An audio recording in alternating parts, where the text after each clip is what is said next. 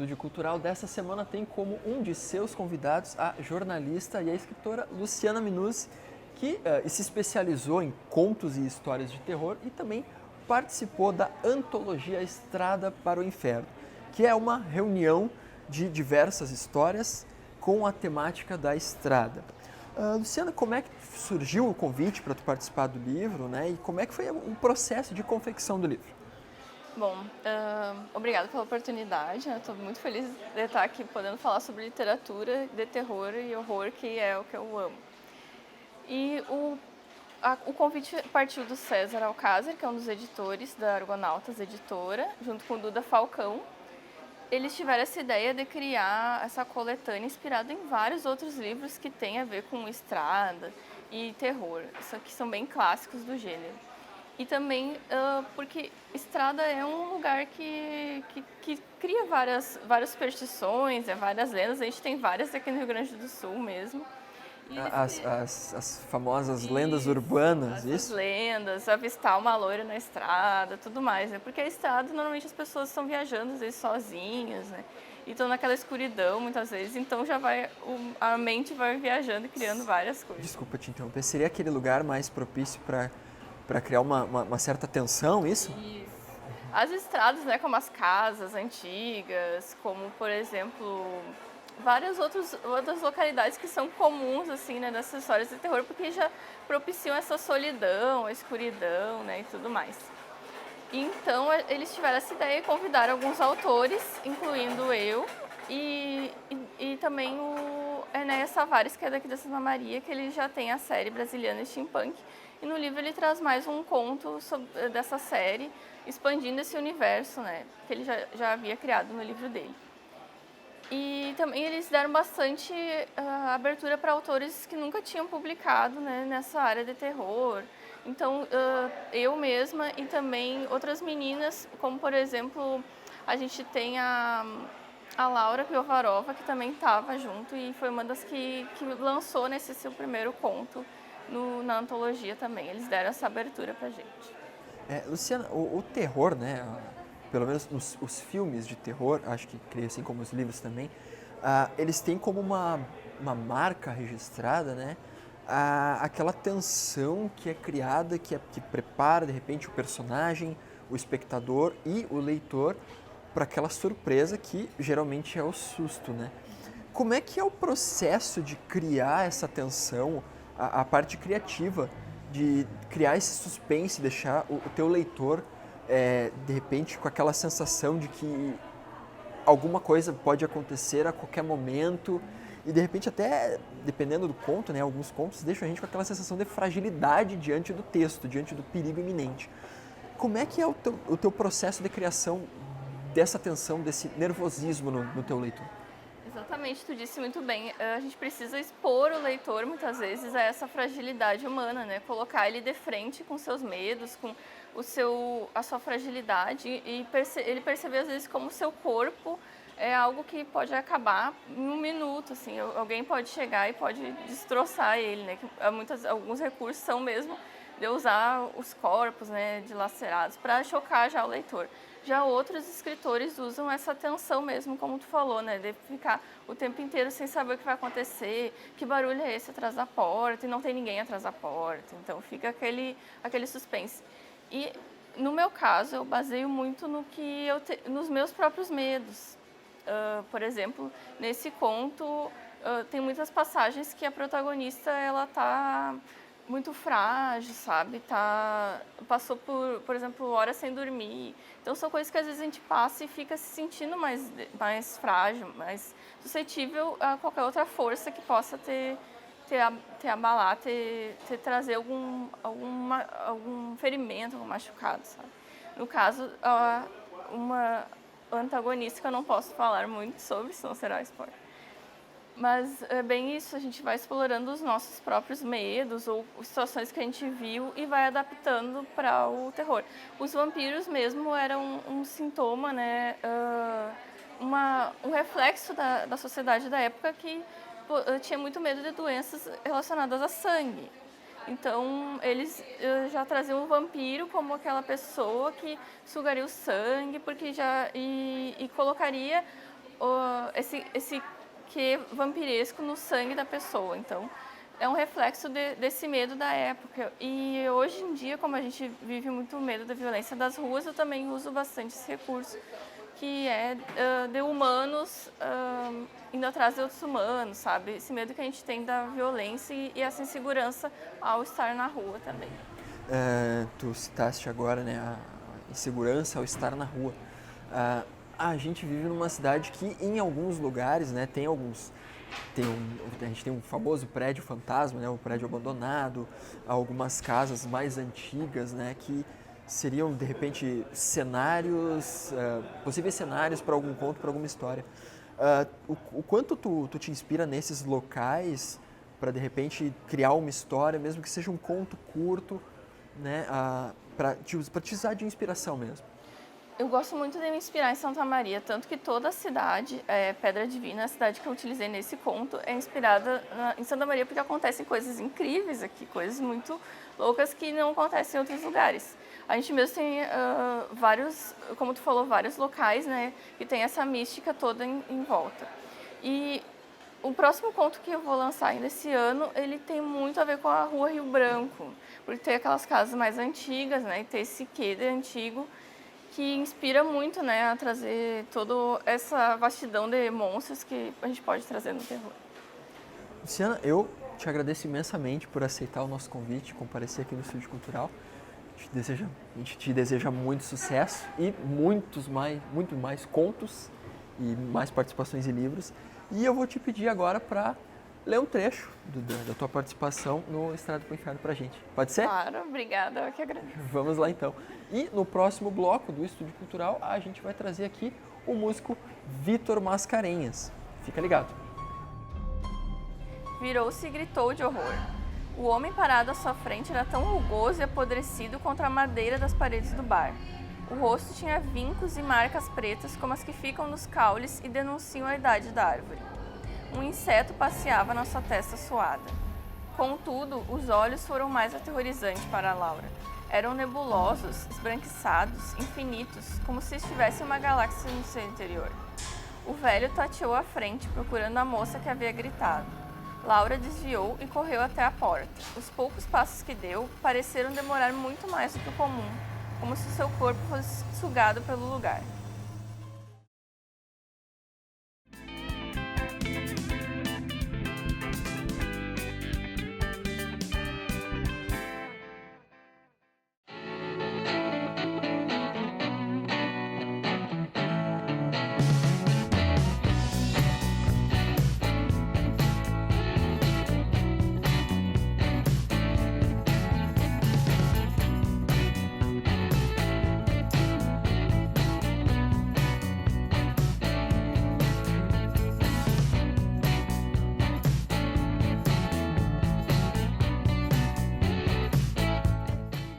Por meio da educação, milhares de jovens colaboradores e pesquisadores compartilham suas experiências em um ambiente vivo, amparado na liberdade de pensar e criar.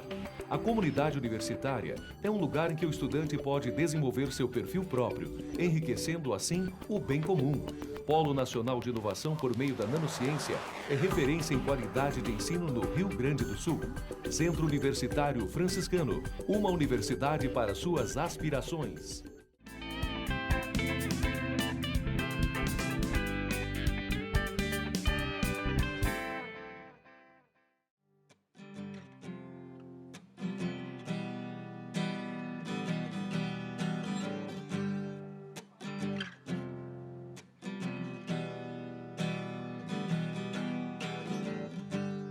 Ter tantos planos,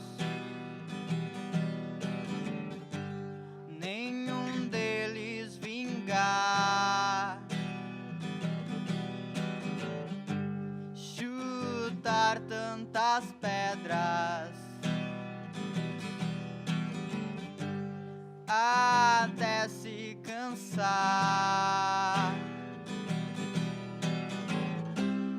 Já me acostumei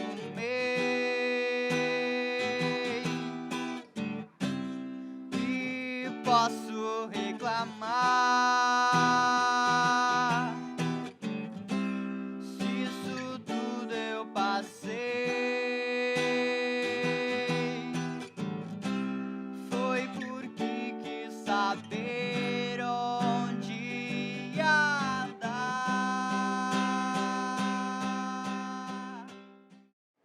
O Estúdio Cultural está de volta e agora nós temos a presença do músico independente Vitor Mascarenhas, que começou o lançamento aos poucos do trabalho autoral O Gatonauta.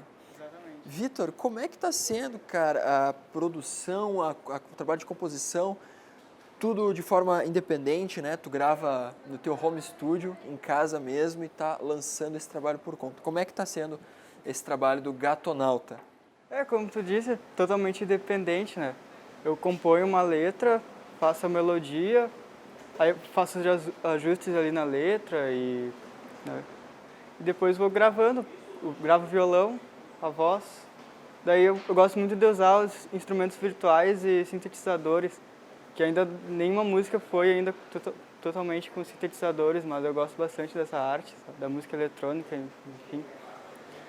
E depois eu faço os ajustes com 100% aquele do it yourself ao extremo, né, Vitor? Vitor, a gente vai colocar aqui também para o pessoal acessar as tuas músicas no SoundCloud, né? Entre as faixas que tu tem lá, uma me chamou bastante atenção, que foi justamente por ser muito experimental e ser basicamente uma experimentação de sons de sintetizador.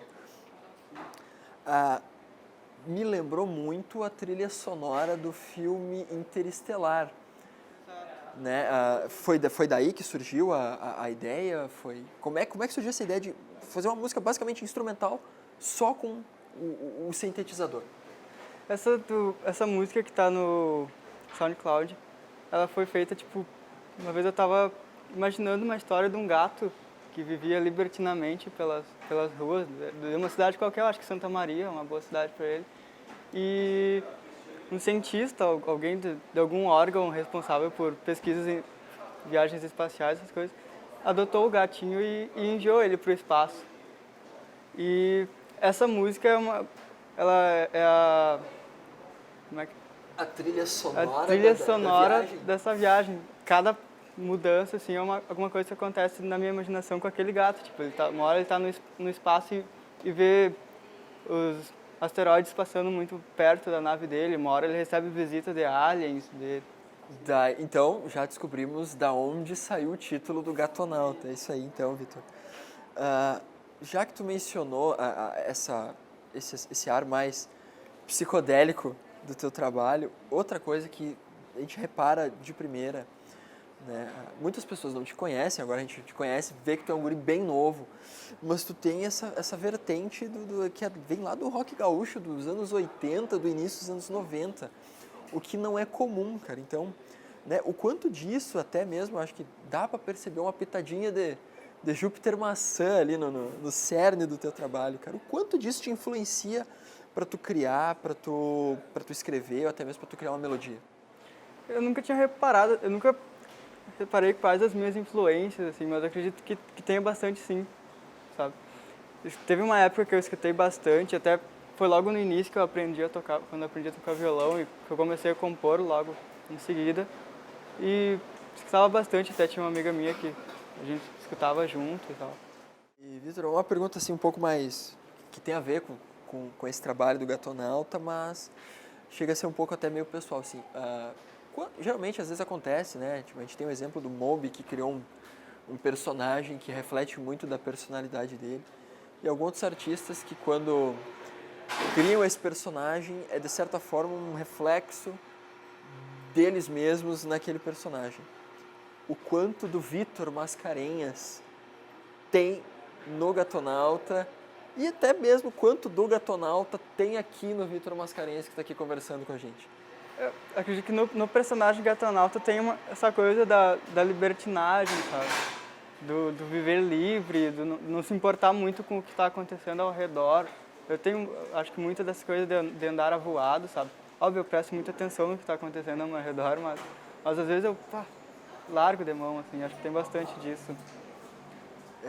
Vitor, além de Santa Maria ser uma das suas inspirações, tu tens o hábito de repente, escrever algo despretensiosamente e, de repente, olha, isso aqui pode virar uma música, ou então, de repente, tá no ônibus, indo para aula e presenciar alguma situação e falar, isso é uma música?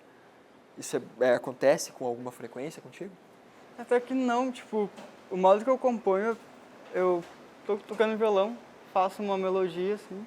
Ontem mesmo até fiz uma música relacionada à criação do universo, sabe, do planeta Terra.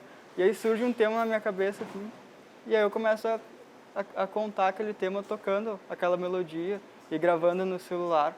E depois mais eu escrevo a letra e aí vou editando as partes que não fecharam. Vitor, eu percebo, pelo que tu conversa aqui comigo, que o espaço está sempre presente em algum momento aqui da nossa conversa. A história do Gatonauta, mais ou menos, vai ser uma história que vai se passar completamente no espaço, ou em algum momento ele vai resolver vir para a Terra para saber o que está acontecendo aqui embaixo? Em vários momentos ele vem assim para a Terra. Ele costuma criticar bastante o modo como as pessoas vivem, sabe? Essa coisa do dia a dia, da monotonia, da rotina pesada, da rotina sem graça. Então, a história do Gatonauta, então, são músicas contadas a partir do ponto de vista de um gato que está no espaço sobre nós que estamos aqui na Terra. De um gato que vive o sonho dele, pode-se dizer assim, vive a liberdade dele no espaço, vendo a gente se afundando aqui embaixo. Né? Bacana, Vitor. Então, cara, eu te agradeço imensamente por ter vindo aqui conversar com a gente. E a gente fica aqui com esse estúdio cultural. Na semana que vem tem mais, mas fica aí que antes o Vitor vai tocar uma música pra gente. Dos seus verdes montes, sua vida lida, do seu tênue transe, sua vida linda, do seu pôr do sol, a sua catedral, da sua fumaça, Maria fumaça, e viver aqui é o que me faz tão bem. Minha cidade caótica, minha cidade hipnótica,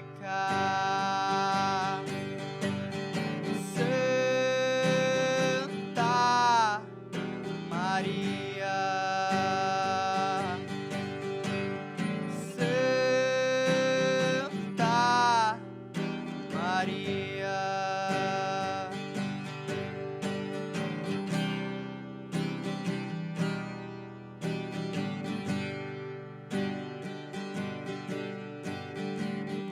Dos seus verdes montes se vê a cidade, dos seus prédios grandes a desigualdade, cultura viajante de todo o país.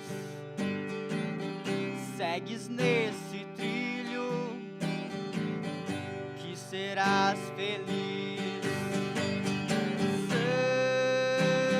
Santa Maria,